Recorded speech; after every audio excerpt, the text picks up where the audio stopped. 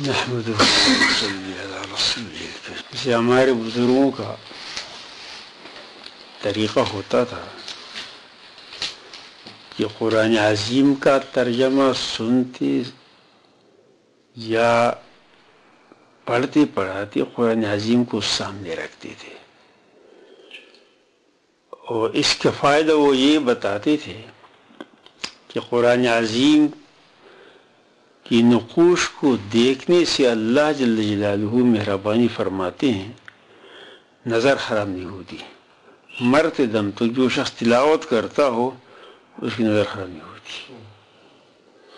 تو قرآن عظیم کی طرف دیکھنا یہ بھی ثواب ہے، اجر ہے، اور فائدہ اس میں یہ ہے۔ پھر اس میں ایک بات اور بھی ہے کہ انسان جس چیز کی طرف زیادہ دیکھتا ہے اس سے محبت پیدا ہوتی ہے۔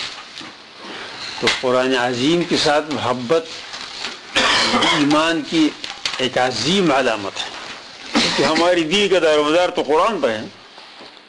کل ہم نے بسم اللہ الرحمن الرحیم میں بات چھوڑی تھی۔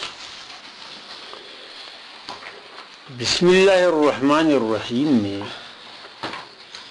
ایک اختلاف اور بھی ہے۔ ہمارے اور شوافعی کے درمیان یہ اختلاف ہے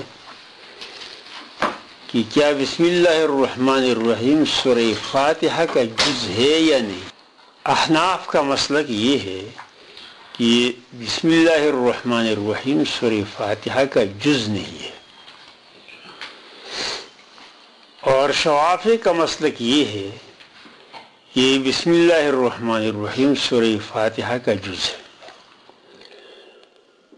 اس لیے جو لوگ حج کے لیے گئے ہوئے ہیں یا کہیں شوافع سے واسطہ پڑا ہے، تو وہ اس کا امام جب قرأت شروع کرتا ہے تو بسم اللہ الرحمن الرحیم الحمدللہ رب العالمین شروع کر دیتا ہے، کیونکہ ان کی نظر میں بسم اللہ الرحمن الرحیم سورہ فاتحہ کا جز ہے،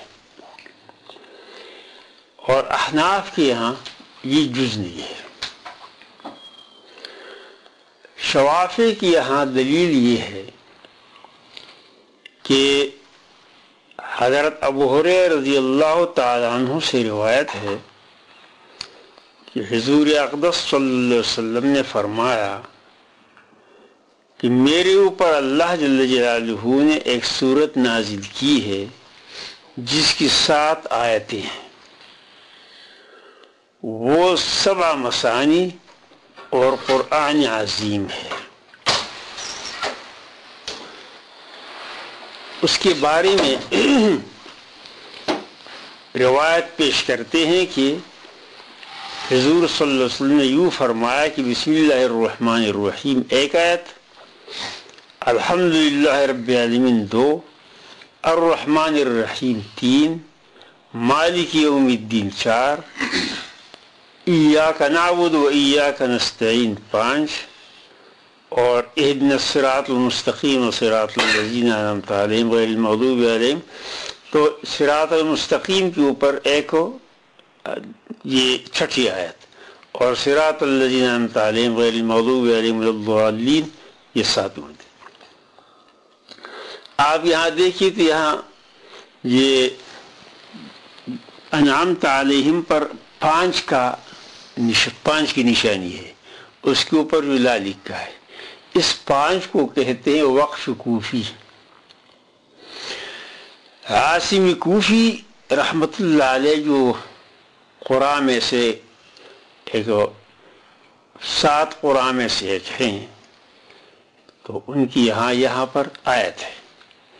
یہ 5 کی نشانی آیت کی نشانی ہے، لیکن 5 کی شکل میں اس لیے لکھی جاتی ہے کہ یہ آیت مختلف نشی ہے۔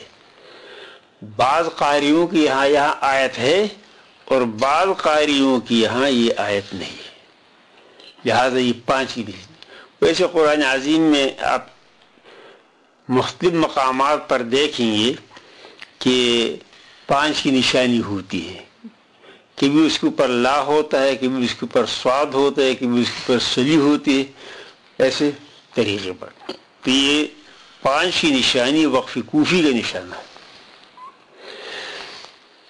امام ابو حنیفہ رحمۃ اللہ علیہ کے مسلک کے مطابق 27 آیتیں ہیں، لیکن وہ اس طرح کہ الحمدللہ رب العالمین 1، الرحمن الرحیم 2، اور مالک یوم الدین 3، ایاک نعبد و ایاک نستعین 4، اہدنا الصراط المستقیم یہ 5، صراط الذین انعمت علیہم یہ علیہم کے اوپر وقف کوفی ہے یہ 6، غیر المغضوب علیہم ولا الضالین یہ ہے 7۔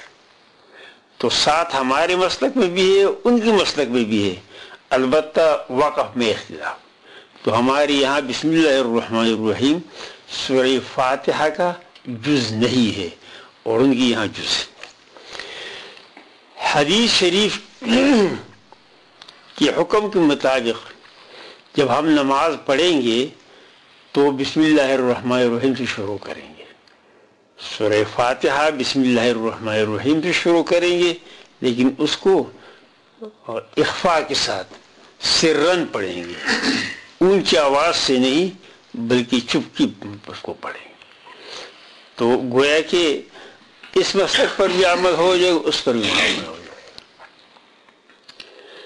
بہرحال بسم اللہ الرحمن الرحیم کے بارے میں جیسے کل میں نے عرض کیا تھا کہ ایک اختلاف تو یہ ہے کہ یہ قرآن عظیم کا جز ہے یا نہیں، ایک یہ ہر صورت کا جز ہے یا نہیں، یہ دوسری بات سورہ فاتحہ کا جز ہے یا نہیں، یہ 3 باتیں اس میں فقہاء نے اختلافی لکھی ہیں۔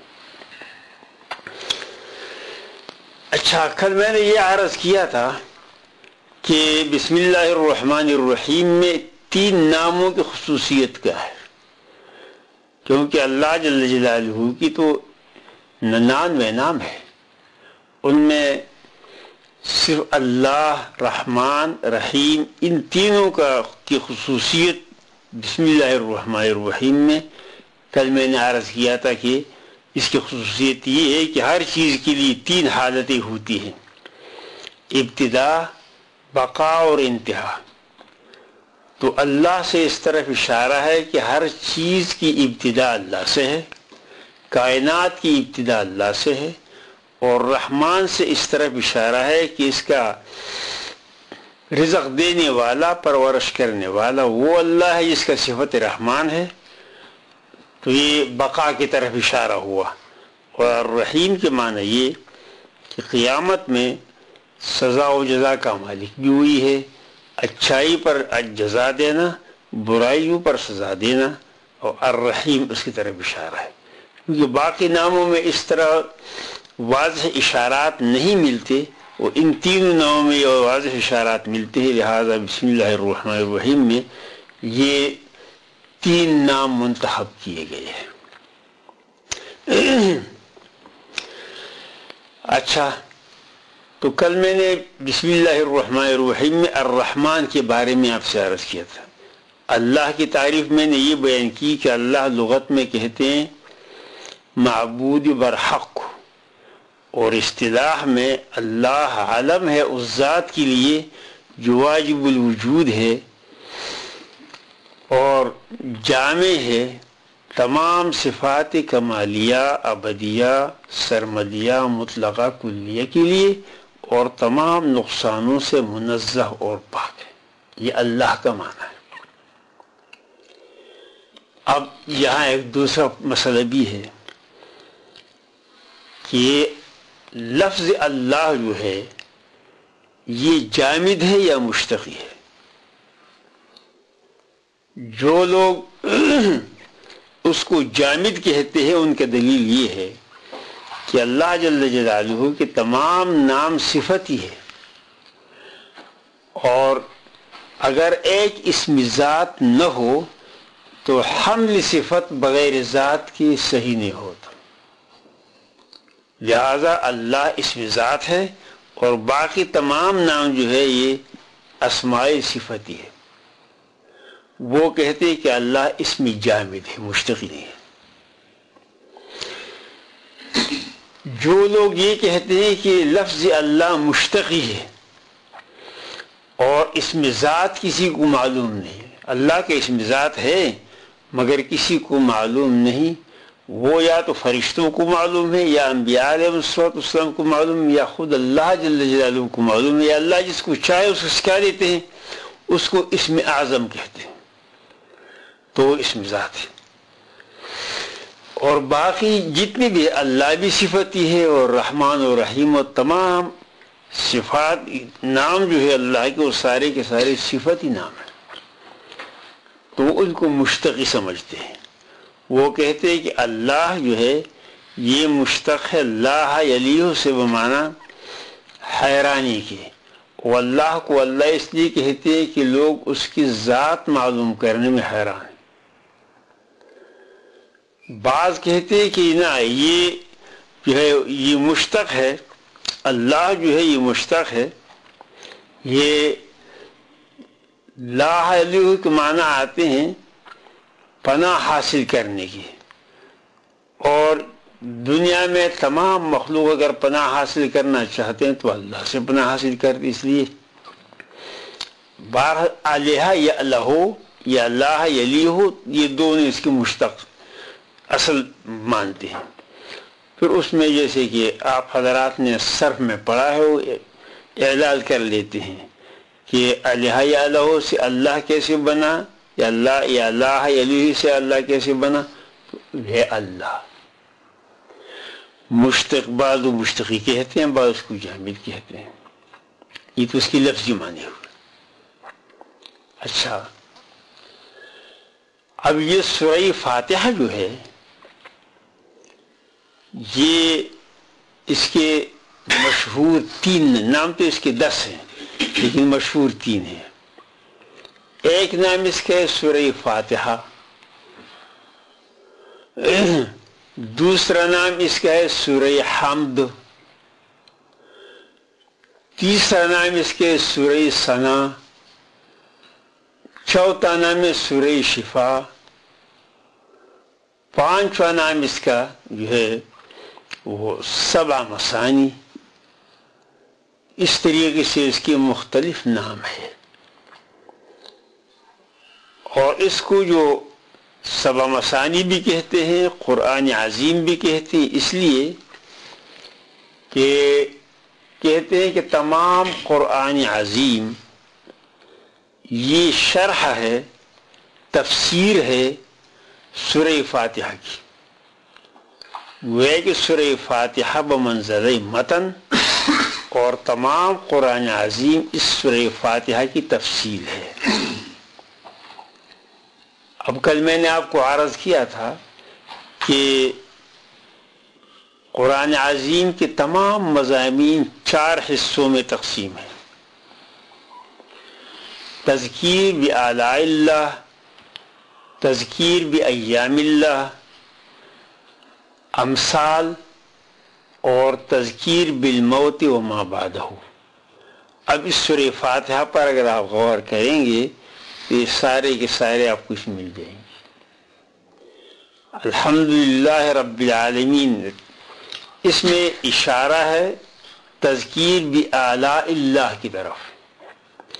رب کیا معنی پالنے کے ہیں، اور پالنا ہی نعمت عظیمہ ہے، تو گویا کہ اللہ جل جلالہ کی طرف سے یہ حکم ہے کہ تمام نعمتوں کو دینے والا، پرورش کرنے والا، پالنے والا میں ہی ہوں، لہٰذا بندے دوسری طرف کیوں جاتے ہو۔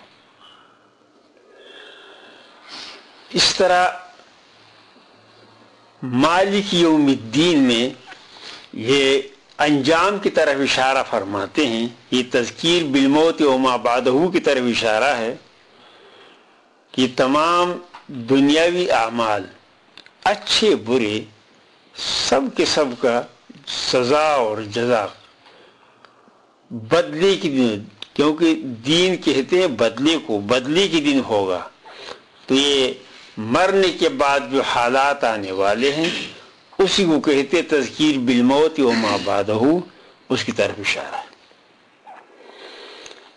اور اہدنا الصراط المستقیم صراط الذین انعمت علیہم، اور انعمت علیہم میں وہ کون ہے؟ النبیین و صدیقین و شہداء و صالحین. اس میں اشارہ ہوا تذکیر بھی ایام اللہ کی طرف. پچھلی تمام امتوں کے پیغمبروں کی اور ان کی امتوں کے قصے ہیں، اور یہ قصے جیسے کل میں نے عرض کیا تھا کہ اس لیے بیان کیے گئے ہیں کہ قصہ بیان کرنے سے تو ایک حضور اکرم صلی اللہ علیہ وسلم کو تسلی دینا ہے کہ میرے پیارے نبی آپ ناراض نہ ہونا. اگر آپ کی قوم آپ کی مخالفت کرتی ہے، آپ کو ستاتی ہے، تو یہ کوئی نئی بات نہیں ہے، بلکہ جب سے دنیا آباد ہے جب بھی پیغمبر آیا ہے ان کی مخالفت کی گئی ہے، ان کو تکلیف دی گئی ہے. جو بات ہو لوگوں کے اندر ہو، اب جو مرض ہے اب اس مرض نیا مرض نہیں ہے بلکہ پرانا مرض ہے، لہذا آپ ناراض نہ ہو. تو سورہ فاتحہ تمام قرآن عظیم کی تفسیر، اور پھر کہتے ہیں کہ سورہ فاتحہ بسم اللہ الرحمن الرحیم کی تفسیر ہے. بسم اللہ الرحمن الرحیم بمنزلہ متن اور سورہ فاتحہ اس کی تفسیر. سورہ فاتحہ میں جو مضامین ہے اور تمام قرآن عظیم میں جو مضامین ہے وہ بسم اللہ الرحمن الرحیم میں اجمالاً ذکر ہے، اور وہ یہ کہ تمام عالم کی 3 حالتیں ہوتی ہیں، ابتدا، بقا اور انتہا، اور بسم اللہ الرحمن الرحیم میں اس کی طرف اشارہ ہے. یہ فرماتے ہیں کہ بسم اللہ الرحمن الرحیم یہ مجموعہ جو ہے یہ شرح ہے، اور بسم اللہ کا جو بے ہے یہ اس کی تفصیل ہے. اس لیے کہ الباء للالصاق، عربی زبان میں با استعمال ہوتا ہے ملانے کے لیے. گویا کہ تمام ادیان سماوی جو دنیا میں آئے ہیں بندے کو، مخلوق کو خالق کے ساتھ ملانے کے لیے آئے. تو سورہ فاتحہ میں بسم اللہ الرحمن الرحیم میں تمام قرآن میں بلکہ تمام آسمانی کتابوں میں جو کچھ بیان ہوا ہے وہ اس لیے کہ مخلوق کو خالق کے در پر کھڑا کیا جائے اور مخلوق کو خالق سے ملائے. تو گویا کہ یہ بے کی تفسیر ہوئی. اچھا، کہتے ہیں کہ یہ با جو ہے با کے نقطے کی تفسیر ہے. با کا نیچے جو نقطہ ہے اس نقطے کی تفسیر با ہے. با کی تفسیر جو ہے بسم اللہ الرحمن الرحیم سارا ہے، اور اس کی تفسیر سورہ فاتحہ ہے، اور سورہ فاتحہ کی تفسیر جو ہے تمام قرآن. اب یہ نقطے کی تفسیر کیسی بنی؟ تو آپ نے یہ کتابوں میں الحمدللہ پڑھا ہے کہ جسم مرکب ہوتا ہے سطحات سے، اور سطحات مرکب ہوتے ہیں خطوط سے، خط مرکب ہوتا ہے نقاط سے. نقطہ وہ ہے جس کا تقسیم نہ ہو سکے. اس میں وحدت الہی کی طرف اشارہ ہے. تمام آسمانی علوم اور آسمانی کتابیں اس لیے نازل کی گئی ہیں کہ اللہ جل جلالہ کو واحد لا شریک سمجھ کر کے خود بھی وحدت اس میں پیدا ہو جائے. اللہ ایک ہے، تم ایک ہو جاؤ. قل هو اللہ احد. اے میرے پیارے نبی آپ کہیے کہ اللہ ایک ہے، تم بھی ایک ہو جاؤ. اللہ الصمد، اللہ بے نیاز ہے، تم بھی بے نیاز ہو جاؤ، کسی سے مانگو نہیں. الصمد، صمد وہ جو کہ اپنی حاجت کسی کو ظاہر نہ کرے. اللہ کسی کا محتاج نہیں، تم بھی کسی کا محتاج نہ بنو. لم یلد ولم یولد ولم یکن له کفوا احد. لم یلد ولم یولد، نہ اس سے کوئی پیدا ہوا نہ وہ کسی سے پیدا ہوا. مطلب یہ ہوا کہ نہ کسی کا محتاج بنو اور نہ کسی کو اپنا محتاج بناؤ. ہمارے فاروق رضی اللہ تعالیٰ عنہ نے کتنی پیاری بات فرمائی. نحن معاشر المسلمین، ہم مسلمانوں کی جماعت جو ہے نہ کسی کو دھوکہ دیتے ہیں نہ کسی کے دھوکے میں آتے ہیں. لا نخدع ولا نخدع، نہ ہم کسی کو دھوکہ بھی نہیں دیتے اور کسی کے دھوکے میں بھی نہیں آتے، کیونکہ کسی کو دھوکہ دینا یہ بے غیرتی ہے. سامنے نہیں آتے ہو، چپ کے کام کرتے ہو، اور دھوکے میں آنا بے وقوفی ہے. تو مسلمان بے وقوف بھی نہیں اور بے غیرت بھی نہیں ہے. لا نخدع ولا نخدع، لم یلد ولم یولد. اس مسلمان کی شان یہ ہونی چاہیے، اللہ کے بندے کی شان یہ ہونی چاہیے کہ نہ کسی کا بنے نہ کسی کو اپنا غلام بنائے، نہ کسی کا غلام بنے نہ کسی کو غلام بنائے، نہ استعماریت ہو نہ استعبادیت ہو اور نہ استبداد ہو اس میں، یہ سارے بازی نہ ہو. اچھا، تو خلاصہ کلام یہ ہوا کہ بسم اللہ الرحمن الرحیم جو ہے یہ اللہ جل جلالہ کے ان صفات کا مجموعہ ہے جو کہ تمام کائنات کی خلق کے اوپر اثر انداز ہے. تمام کائنات کی پیدائش، تمام کائنات کی پرورش، تمام کائنات کو انجام تک پہنچانا، ان تینوں باتوں کا اشارہ آپ کو بسم اللہ الرحمن الرحیم میں ملتا ہے.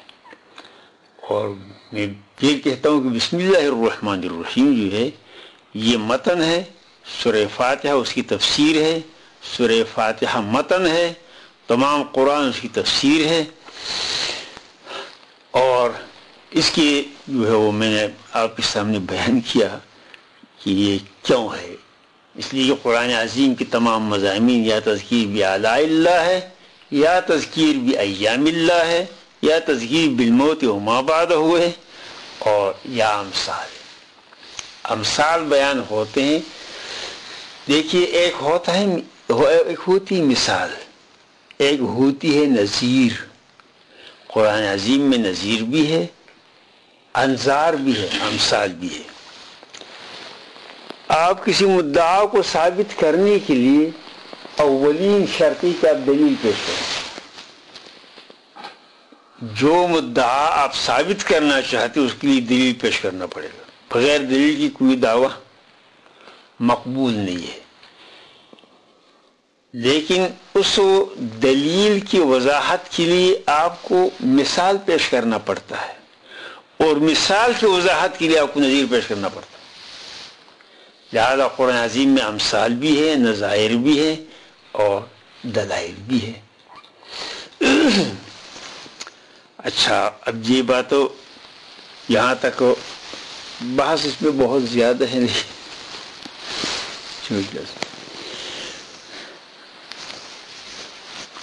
الحمد للہ رب العالمین.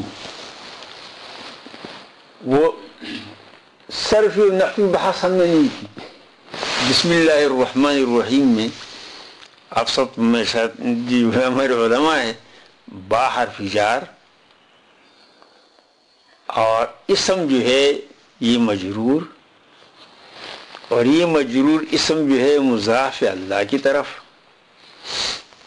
اور اللہ موصوف ہے، رحمان صفت اول اور رحیم صفت ثانی.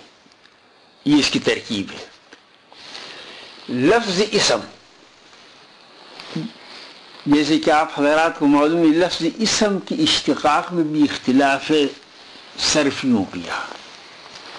اس میں ایک مذہب بصریین کا ہے اور ایک مذہب کوفیین کا ہے.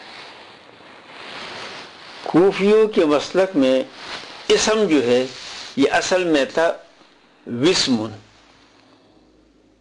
یہ وسمہ یا سمو سے لیا گیا ہے، وہ معنی داغ لگانے کی، اور اسم کو اسم اس لیے کہتے کہ وہ اپنے مسمى پر داغ ہے. وسمن سے اسمن وشاحن کے قانون کے تحت بنا. واو حرف علت ہے، کسرہ اس کو برداشت نہیں کر سکتا، لہذا اس کو واو کو الف سے تبدیل کیا اور اسم بنا.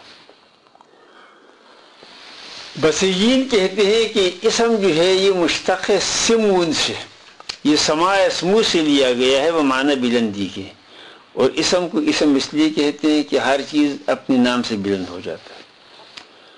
پھر سمون میں یہ ہوگا کہ واو کو منتقل کیا اول کی طرف اور مکسور ہونے کی بنا پر پھر اس کو الف سے تبدیل کیا اور اس سمون سے اسم پر.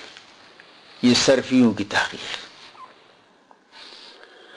اچھا، تو آگے اس کی جو ہے لفظ اللہ کے بارے میں نے بتایا کہ لغت میں اس کا یہ ہے اور اشتقاق اس کا یہ ہے. اور پھر الرحمن جو ہے فعلان کے وزن پر یہ مبالغے کا صیغہ ہے اور الرحیم فعیل کے وزن پر یہ مبالغے کا صیغہ ہے. تو اللہ موصوف ہے، رحمان صفت اول ہے اور رحیم اس کی صفت ثانی ہے، اور یہ سارے جار مجرور متعلق ہے کس چیز کی؟ یہاں بھی کوفیوں کے اور بصریوں کے اختلاف ہے. بعض اس کے لیے محذوف مقدم مانتے ہیں، بعض اس کے لیے محذوف مؤخر مانتے ہیں، بعض کے لیے جو ہے محذوف اسم مانتے ہیں، بعض کے لیے محذوف جو ہے فعل مانتے ہیں. جو لوگ فعل مانتے ہیں وہ کہتے ہیں کہ یہ ہوا کہ اشرع بسم اللہ الرحمن الرحیم، یہاں اشرع جو ہے یہ محذوف، ابتدئ بسم اللہ الرحمن الرحیم ابتدئ محذوف. جو یہاں اسم مانتے وہ کہتے ہیں ابتدائی بسم اللہ الرحمن الرحیم اور شروع بسم اللہ الرحمن الرحیم. اگر اول میں اسم ہے تو جملہ اسمیہ بنے گا، اور جملہ اسمیہ دلالت کرتا ہے دوام اور استمرار پر، لہذا یہ جملہ اسمیہ ہونی چاہیے. جو کہتے ہیں کہ فعل محذوف ہے وہ کہتے ہیں یہ جملہ فعلیہ ہے، اور فعلیہ دلالت کرتا ہے تجدد اور تحدث پر. وہ کہتے ہیں چونکہ اللہ جل جلالہ کی شؤون جو ہے کل یوم فی شان، کل یوم فی شان، لہذا یہ جملے فعلیہ ہونی چاہیے. اب آپ کی اپنی مرضی جس کی طرف جانا چاہتے ہیں. اچھا، اس کے بعد الحمدللہ رب العالمین. الحمد میں الف لام، میرے بھائیو الف لام لغت میں کلمہ ال کو کہتے ہیں. کلمہ ال یہ لغت میں، اور اصطلاح میں کلمۃ تحلی بها المدخول. اصطلاح میں ال کا کلمہ الف لام وہ ہوتا ہے جس سے کلمے کو حسین بنا دیا جاتا ہے، نکیرے کو معرفہ بنا دیا جاتا ہے. پھر اس الف لام کے اصولی طور پر دو قسمیں ہیں، اسمی ہے اور حرفی ہے.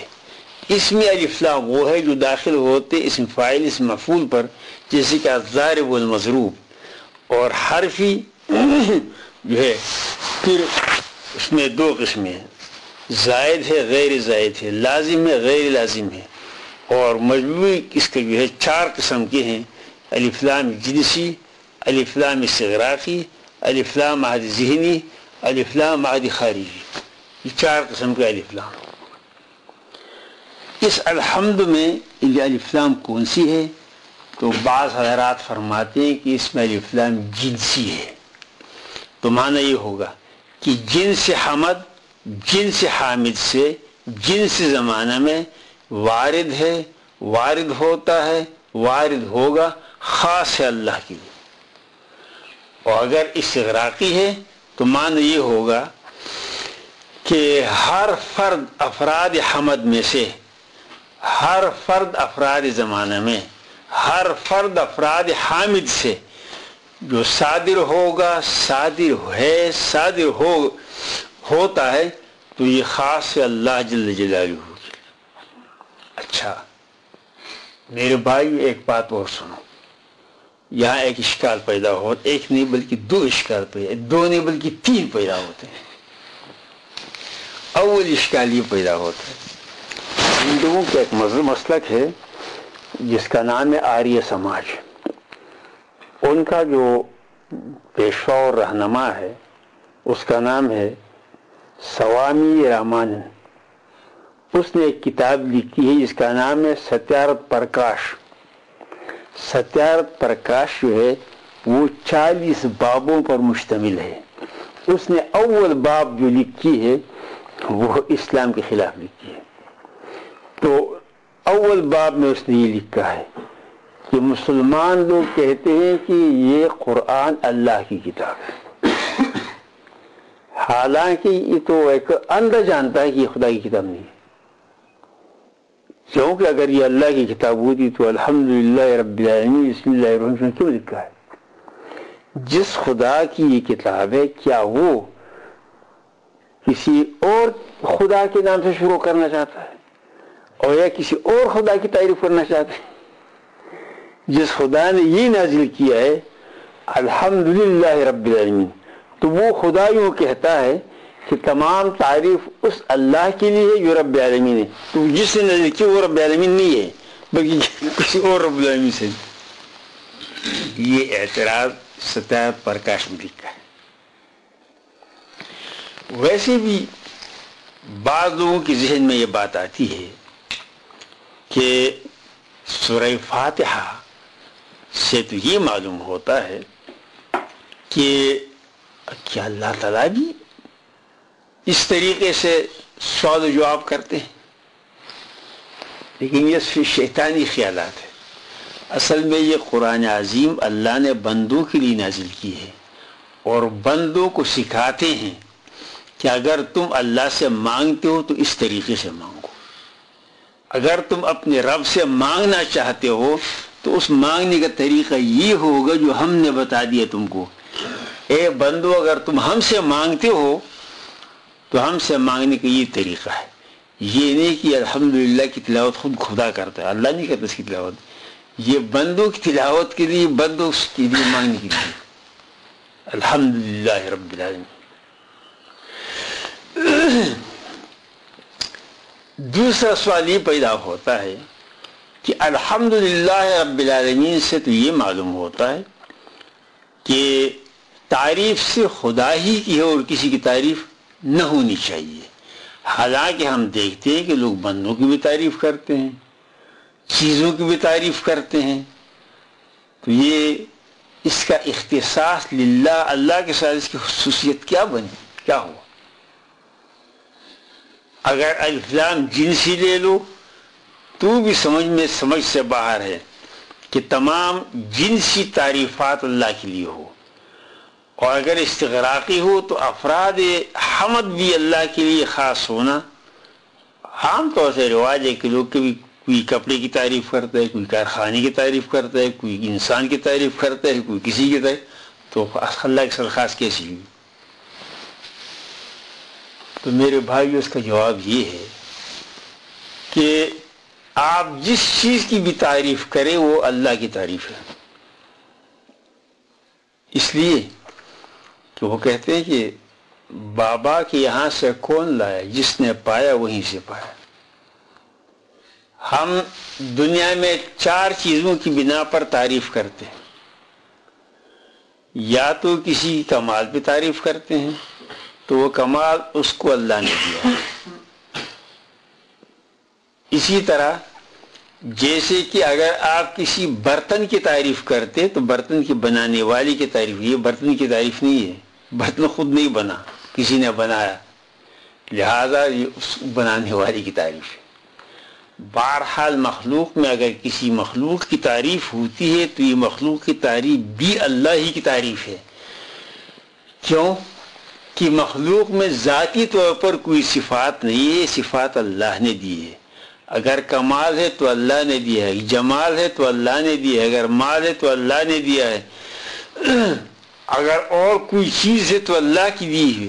تو یہ ساری چیزیں عطائی ہیں، اللہ کے عطا سے ہوئی ہے. لہذا جو اس کی بھی ہم تعریف کریں گے وہ اللہ کی تعریف ہے. جس کی در پر جاؤ گے وہ اللہ ہی کا در ہے. اب تیسرا سوال پیدا ہوتا ہے کہ اگر ہر چیز کی تعریف اللہ کی تعریف ہے تو پھر دوسروں کی تعریف پر ہمیں سزا کیوں ملتی ہے؟ مخلوق کی تعریف پر سزا کیوں ملتی ہے؟ اس کی جواب یہ ہے کہ سزا اس لیے ملتی ہے انسان کی جہالت پر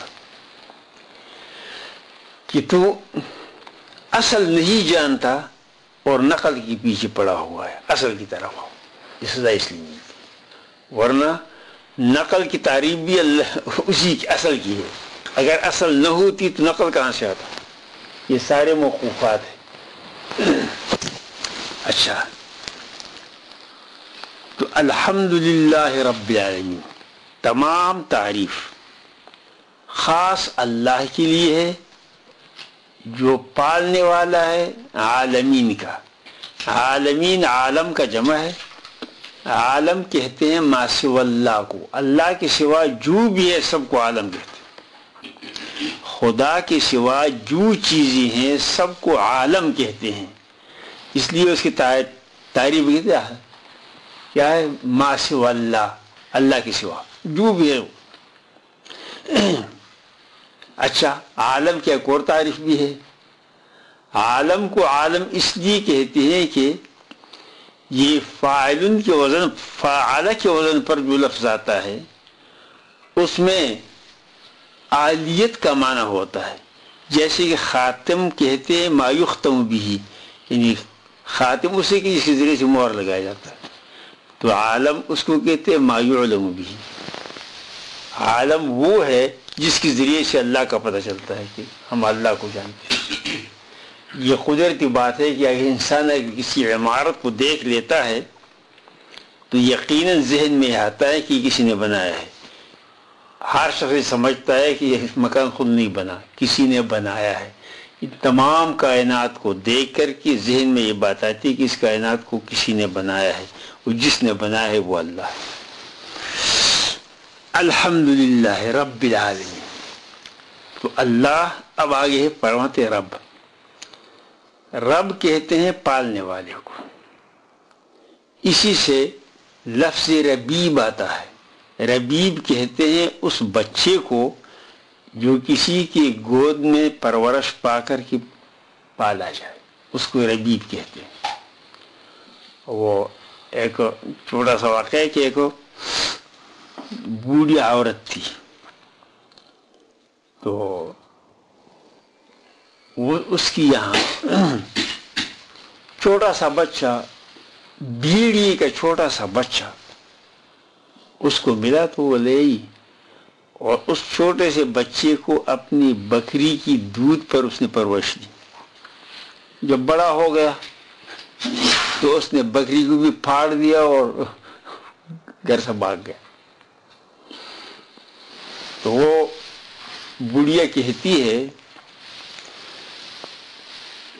کہ اے بیڑی کے بچے، ہم نے تمہاری پرورش کی، ہماری بکری نے تم کو پانی پلایا اور تم نے اس میں دھوکہ دیا، غدر تھا، تم نے ہمارے ساتھ غدر کیا، وَأَنْتَ رَبَيْتَ فِينَّا، اور تم ہمارے درمیان پرورش پا چکے تھے، وَأَنْتَ لِشَاتِنَا ابْنٌ رَبِيبُ، اور تم ہماری بکری کے دودھ پالے ہوئے بچے تھے۔ تو ربیب کہتے ہیں اس کو جس کی پرورش کی جائے، رب کے معنی پرورش کی ہے۔ اسی لیے فرعون نے حضرت موسیٰ علیہ السلام کو کہا أَلَمْ نُرَبِّكَ فِينَا وَلِيدًا، کیا ہم نے تم کو چھوٹا بچہ پرورش نہیں کی؟ نُرَبِّكَ فِينَا، تم نے ہمارے گھر میں بچپن میں پرورش نہیں پائی؟ وَلَبِثْتَ فِينَا مِنْ عُمُرِكَ سِنِينَ، اور ہمارے گھر میں اپنی زندگی کی کتنے سال تم نے گزارے، وَفَعَلْتَ فَعْلَتَكَ الَّتِي فَعَلْتَ وَأَنْتَ مِنَ الْكَافِرِينَ، اور پھر تم بڑے ہو گئے، ہمارے قوم کے آدمی کو یہ قتل کیا، اب ہمارے پاس آتے کہ ہم پیغمبر ہیں۔ اچھا، تو رب کے معنی ہے پالنے کے، تو الحمدللہ رب العالمین، یہاں رب العالمین کا لفظ کیوں آیا؟ اس لیے کہ انسان لالچی ہے۔ یہ قدرتی بات ہے کہ الانسان عبد الاحسان، انسان احسان کا غلام ہے. جبلت القلوب على حب من احسن الیہ واساء الیہ وبغض من اساء الیہ. دلوں کو اس طریقے سے پیدا کیا گیا ہے کہ جو اس کے ساتھ اچھا کرتا ہے اس سے پیار محبت کرتا ہے، جو اس کے ساتھ برا کرتا ہے اس سے دشمنی کرتا ہے. اب رب کی لفظ کی اشارہ ہے کہ بندے تمہارے اوپر سب سے زیادہ مہربانیاں جو کی ہے وہ ہم نے کی ہے. الحمدللہ رب العالمین. جس کا کھائے اسی کا گائے. یہ ایک مثال ہے کہ جس کا انسان کھاتا ہے اسی کا گاتا ہے. تو کھاتے ہو اللہ کے اور گاتے ہو کسی اور کی، یہ نہیں ہونی چاہیے. تو الحمدللہ رب العالمین، وہ رب جو کہ عالمین کا رب ہے، تم کو بھی پالتا ہے بندے، تمام عالم کو پالتا ہے، تو اس پالنے والی کی تعریف کرو اور کسی کی تعریف نہ کرو. اور پھر الرحمن الرحیم، وہ رب جو رحمان بھی ہے اور رحیم بھی ہے. وہ رب جو کہ رزق دینے والا ہے اس عالم میں ہر روزی کھانے والے کو. اور اگر ماہرین طبیعیات سے پوچھا جائے تو واقعی کہ اس عالم میں خدا نے کتنی باتیں. ویسی چیونٹیوں کی حکومت پر اگر غور کیا جائے، اسی طریقے سے شہد کی مکھیوں کی حالت پر غور کیا جائے، تو ہر ایک الگ الگ نظام ہے، الگ الگ حکومتیں ہیں، الگ طریقے ہیں. کہتے کہ یہ چیونٹی جو ہے یہ بھی اپنے واسطے دودھ دینے والے حیوان کو پالتے ہیں، وہ بھی دودھ پیتے ہیں. اور وہ اس لیے کرتے کہ ان کے میں ایک چیونٹی ہوتی، اس کو میکرب کہتے ہیں. وہ گلاب کے پتے کو جو ہے کاٹ کر کے اس میں لپیٹ لیتے ہیں، گلاب کی پتے کے رس کو وہ جذب کر لیتے ہیں، وہ اس کے اندر دودھ بن جاتا ہے. اور پھر چیونٹیوں کا جو بادشاہ ہے وہ کہتے وہ اندھا ہوتا ہے. اسی طریقے سے مکھیوں کے جو شہد کی مکھیوں کا جو بادشاہ ہوتا ہے وہ بھی اندھا ہوتا ہے. عجیب، اللہ کا عجیب حکم. تو یہ، اور پھر یہ بھی ہے کہ اس کا مؤنث سے مذکر اس کا نہیں ہے. چیونٹیوں کے جو بادشاہ ہے ملکہ، وہ مؤنث ہے، اس کا مذکر نہیں ہے. اسی طرح یہ شہد کی مکھیوں کی جو ملکہ ہے وہ بھی اس کا ایک ملکہ ہوتا ہے، اس کا کوئی مذکر نہیں ہوتا. اس کا نام یہ عصوب ہے کہ اس کا جو مکھیوں کی جو بادشاہ ہے اس بادشاہ کے نام ہے یعصوب. قرآن عظیم میں اللہ پاک نے یہ چیونٹیوں کے بادشاہ کے بارے میں فرمایا، وقالت نملۃ یا ایھا النمل ادخلوا مساکنکم لا یحطمنکم سلیمان وجنودہ انہم لا یشعرون. اب بھی اگر آپ افریقہ میں چلے جائے تو آپ کو چیونٹیوں کے بڑے بڑے قلعے نظر آئیں گے.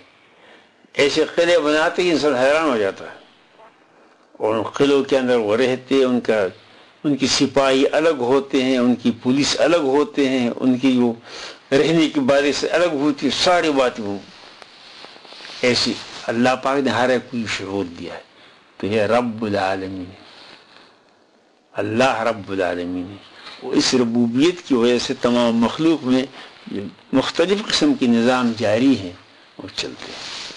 صلی اللہ تعالیٰ ہمیں سمجھنے کی توفیق عطا فرمائے. واخر دوسروں کی تعریف اور سزا کی ہاں، اس کو دوسروں کی تعریف پر سزا اس لیے ہوتی ہے کہ یہ انسان کی نادانی پر خصوصا ملتی ہے، اس کی نادانی پر، بے عقلی پر، کہ اس کو اپنے منعم حقیقی کو پہچاننا تھا یا کسی اور کی پہچاننا تھا. اس لیے تو منعم حقیقی تو اللہ جل جلالہ ہے.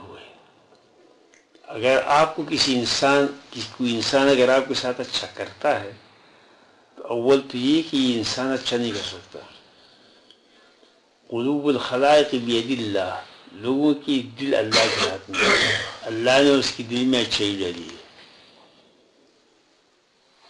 اگر کوئی آپ کے ساتھ برا کرتا ہے تو یہ برائی بھی انسان نہیں کر سکتا، اللہ کی طرف سے وہ ذریعے کے طور پہ استعمال ہوتا ہے.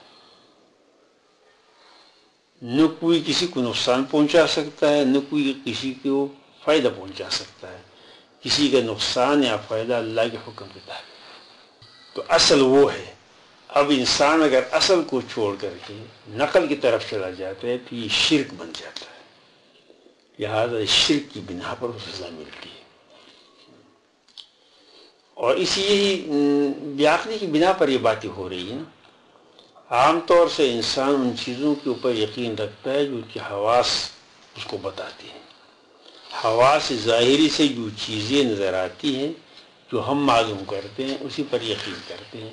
حواس ظاہری سے آگے ہو اسی پر ہم یقین نہیں کرتے. اسی لیے جو اللہ نے فرمایا والعصر ان الانسان لفی خسر، زمانے کی قسم انسان خامخواہ نقصان میں ہے. کیوں؟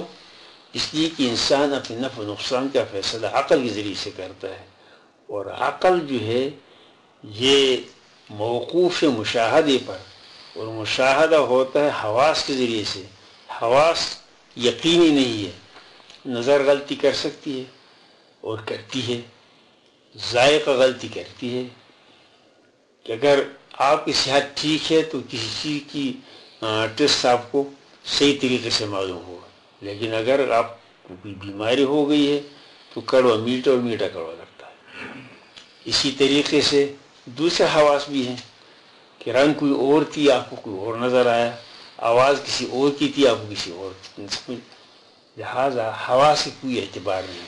تو جب حواس کے اوپر اعتماد نہیں تو حواس سے پیدا شدہ عقل جو ہے اس کا کیا اعتماد ہے؟ اسی لیے انسان اگر عقل کے ذریعے سے اپنے خیر و شر کا فیصلہ کرتا ہے تو اس خیر و شر کا یہ فیصلہ غلط ہے. صحیح کیا ہے؟ الا الذین آمنوا وعملوا الصالحات، ایمان بالغیب کے ساتھ وہ فیصلہ جو وحی کے ذریعے سے ہو وہ صحیح ہے، عقل کے فیصلے سے ہی نہیں. اور یہی وجہ ہے کہ دنیا میں جن لوگوں نے عقل کے ذریعے سے اپنے خیر و شر کے فیصلے کی ہمیشہ گاٹھے میں رہے.